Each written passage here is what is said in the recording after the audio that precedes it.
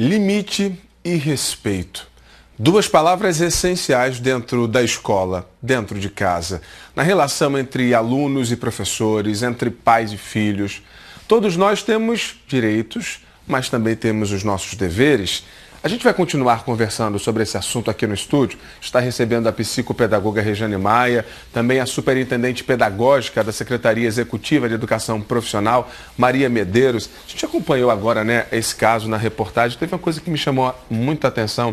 O professor falava o seguinte: o aluno sempre tem direito, mas nunca quer exercer os seus deveres. Eu queria perguntar, primeiro, qual que é o papel do professor em sala de aula, Rejane? Bom, eu acho que o maior papel do professor é ser o mediador das relações, é ser o gestor dessa dinâmica interativa, que hoje a sala de aula é um espaço vivo de aprendizagem, é um espaço onde o aluno precisa ser protagonista, onde ele precisa ter vez e voz, mas ele tem que ter, acima de tudo, o professor tem que construir com esse grupo classe um contrato de convivência. Então esse contrato ele vai respaldar as relações, ele vai dar referências, vai dar nortes, porque se esse aluno precisa estar mais livre, mais espontâneo para questionar, para refletir, para se posicionar, ele tem que ter as regras instituídas da classe, combinadas previamente. E o professor vai ser o guardião disso, vai ser o gestor dessas relações. Então esse papel é fundamental, é estruturante, essa autoridade dele precisa ser assegurada, ele tem uma autoridade institucional, mas ele precisa construir essa autoridade que passa por essa confiança. O aluno tem que admirar esse professor, tem que perceber nele alguém que vê o aluno como importante, que cuida desse aluno, que se corresponsabiliza por esse aluno, que é um formador de gente. Isso começa desde pequenininho? Com certeza, desde pequenininho. A gente começa com os combinados na educação infantil. Mesmo os pequenininhos vão aprendendo o que é possível, o que pode e o que não pode em cada momento. Limite é tudo, né, Pedro? Limite é tudo. Agora tudo. Tem uma coisa, Maria? Na hora, a gente vai falar assim, o professor ele vai preparar uma aula, isso faz parte da pedagogia, do ensino. Sim. Nessa preparação da aula, ele já coloca justamente tudo isso na aula, a forma como ele vai interagir, a forma didática que ele vai levar para a sala de aula, os elementos que ele vai utilizar. Não tenha dúvida, o professor, para além das competências cognitivas, ele também, numa perspectiva de formação integral da criança, do jovem, ele deve trabalhar com as demais dimensões do ser humano. E isso tem a ver com a corporeidade, com a espiritualidade, com a afetividade. O professor, ele é um adulto referência, não é? Então, ele constitui, ele constrói, ele contribui para a formação daquele jovem na sua integralidade de pessoa, de modo que as estratégias didáticas, a forma como ele conduz a aula, também perpassará para além dos conteúdos o trabalho com a educação para valores. Que é aquela coisa que a gente diz assim, que a gente leva para a vida, né? Exato. A gente sempre tem aquele professor da nossa história, da nossa vida, que a gente lembra justamente da aula que era didática. Isso. Seria justamente isso? Com certeza. E uma coisa super importante é que as relações, elas devem ser pautadas no respeito, não é? E que as interações, quanto mais dialógicas, quanto mais a sala de aula for um espaço de promoção, de diálogo igualitário e escuta qualificada, não é, maior aprimoramento da convivência e também desenvolvimento dos estudantes. Com certeza. Agora tem uma coisa que a gente escuta muito falar, o seguinte, Rejane, assim, eu já vi até gente postando em redes sociais. Tem muitos pais que às vezes querem transferir para a escola uma educação que deveria vir de casa. O que significa isso? Pedro, olha, a gente está vivendo, eu acho, uma crise de autoridade geral, né? Em todas as instâncias, em todas as dimensões relacionais. E eu me preocupo muito, enquanto pessoa que vive em escola, com as referências primárias de autoridade que se constroem na família e que hoje estão bastante confusas. A gente vê muitos equívocos na relação família-filho, né? Pais-filhos, autorizando demais esses alunos. Então chegam crianças e jovens muito empoderados dentro da sala de aula, sem muita noção de respeito à autoridade, porque não praticaram isso no seio da família. Então essa relação de respeito ao outro começa a ser construído desde que ele nasce na sua família, e a escola, claro, vai consolidar essa aprendizagem inicial com outros mecanismos, com os mecanismos que são próprios da escola, com a regulação toda do espaço coletivo, mas o papel da família é vital, e essa por exemplo, essa validação que a família dá à escola. A gente hoje sente muita falta da família estar ao lado. A família tem que ser justa, não pode, claro, esquecer as dores de um filho, as queixas legítimas de um filho, mas não pode tomar só o partido do filho. Precisa mostrar a um filho que tudo tem dois lados. Que o lado da escola precisa ser ouvido, que a gente tem que considerar o outro lado para depois tomarmos as decisões e até fazermos julgamentos justos. Até porque esse empoderamento do aluno é algo também bom, né? O aluno precisa também ser dono até do seu caminho, do seu destino, não ser aquela pessoa só completamente passiva. Ele também tem que participar daquilo que está sendo discutido. E justamente sobre isso, o José Juvenal de Abreu e Lima, ele participou, mandou para a gente um comentário pela internet, pelo WhatsApp, ele diz assim, olha, hoje os pais não vão à escola saber o que seus filhos aprontam. Vão para saber por que eles saíram da sala de aula. Culpam sempre os professores por isso. É uma inversão de valores. E é o que acontece. Eu lembro assim que meus pais, eles sempre procuravam a escola para saber como é que ele está o comportamento dele. E não apenas as notas. Maria, nas escolas onde você trabalha com esse processo de supervisão, superintendência pedagógica, você percebe que os pais, eles têm deixado mesmo de ir à escola ou é porque o aluno já se antecipa, mas pai não precisa ir? Na verdade, inclusive, na rede estadual de ensino de Pernambuco, nós já temos no calendário escolar, na programação oficial, um dia denominado de Encontro Família-Escola, justamente para estimular, fomentar a presença da família na escola, acompanhando esse processo formativo. Nesse caso, a parceria, não é, entre educadores familiares e educadores escolares é muito importante para o desenvolvimento, para o percurso, não é, que esse estudante fará dentro das unidades escolares. É aquele famoso encontro de pais e mestres, né? Exato, exato. Mas já que a gente está falando de educação, a gente também tem que ouvir a opinião dos estudantes, né? Então vamos ampliar essa nossa conversa. O Danilo César está numa escola estadual na Zona Norte do Recife, com alunos, com professores. Ô Danilo, como é que é por aí a relação dos estudantes com os professores? Pedro, a gente está na escola de referência Dom Vital aqui no bairro de Casa Amarela e a gente reuniu aqui professores, pais e alunos para saber deles como é que é essa relação. Porque alguns professores estavam conversando comigo falando dessa questão assim que conversar, todo aluno conversa na sala de aula. Mas tem aqueles que atrapalham mais que outros. Aí eu vou conversar com eles, essa questão atrapalha um pouquinho, né, aquela conversa. Como é que é essa relação de você com esses alunos? Como é que você lidar com isso no dia a dia? Bom dia. Bom dia a todos e a todas. Atrapalha um pouco, mas a gente às vezes chama a atenção e para.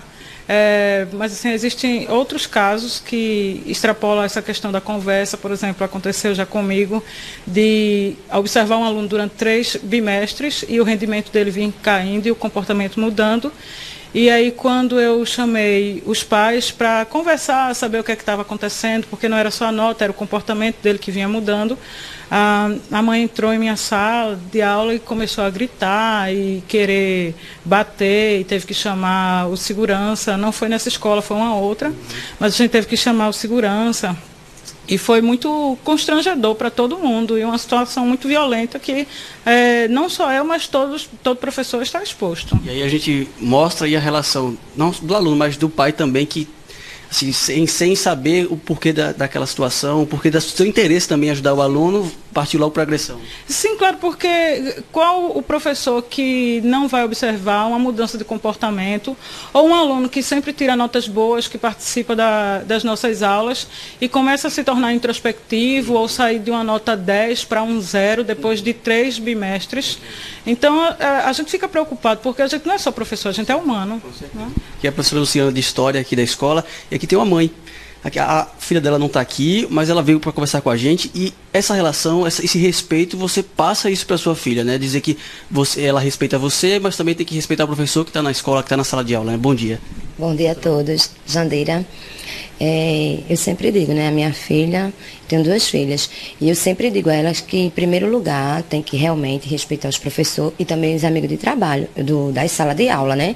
E a educação realmente tem que vir de casa para eles poderem passar para a sala de aula também, para poder respeitar. E você como mãe, como é que é ter um professor assim que tem esse cuidado também com o aluno? Não está lá só para dar o conteúdo, mas também se preocupa com o bem-estar dele, se preocupa com o aprendizado dele. dele. Isso é importante também, essa relação do professor com o aluno, da família com o aluno, com o professor? Com certeza, porque, como eu digo também a elas, que a educação, no caso, né? Por exemplo, a gente a casa deles, também a escola. A escola é a segunda casa. É a segunda casa, com certeza. Muito obrigado. Eu vou também ampliar essa conversa conversando com eles, com os professores, com os alunos. E aí, como é teu nome? Denise Vilaça. Denise, como é que é essa relação de vocês com os professores e como é que você entende esse respeito que todo aluno tem que ter com o professor? Bom dia.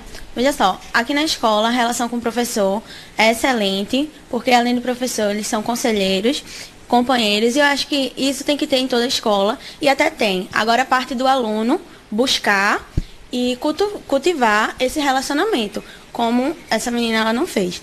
Então, aqui a gente tem total apoio de gestão, de tudo, e todos os eventos que a gente procura, eles nunca negam, sempre vão ajustando ao decorrer que a escola pode liberar e a gente também.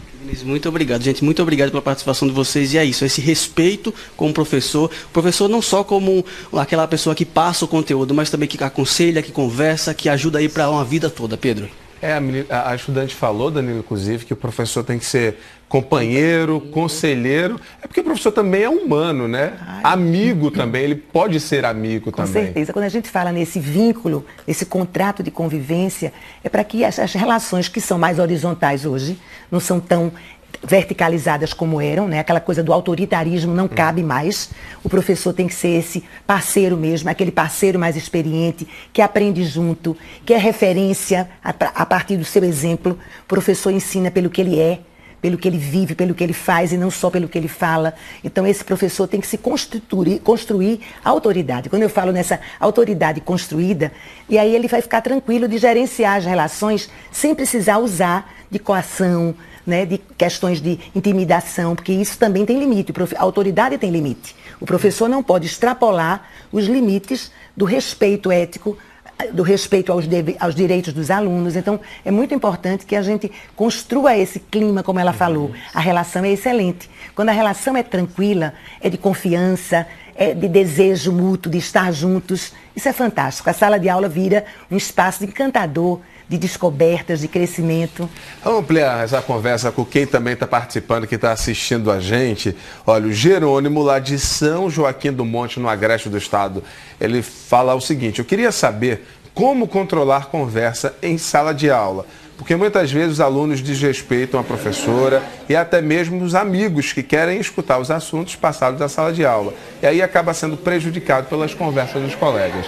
Conversa, professora Maria, eu sei que é inevitável ter na sala de aula, mas o que é que o professor deve fazer então para controlar essa conversa, hein? Pois é, eu penso que a Rejane trouxe uma contribuição muito valiosa quando falou dos contratos de convivência, né? Assim como nos demais espaços que nós transitamos, há regras que precisam ser respeitadas, pactuadas previamente, principalmente combinadas pelo grupo, de modo de que todos estejam confortáveis. Essa formação do jovem autônomo, solidário, competente e participativo, que também é papel do professor, nesse momento de tratar dessa convivência, desse espaço da sala de aula, nessa pactuação que vai acontecer, esse jovem, essa criança também está sendo formada, também está sendo preparada para relações que vão ultrapassar a sala de aula e a escola, formada para a vida, né? Para o mercado de trabalho, para as futuras relações que ela vai ter na sua própria família. Então é super importante que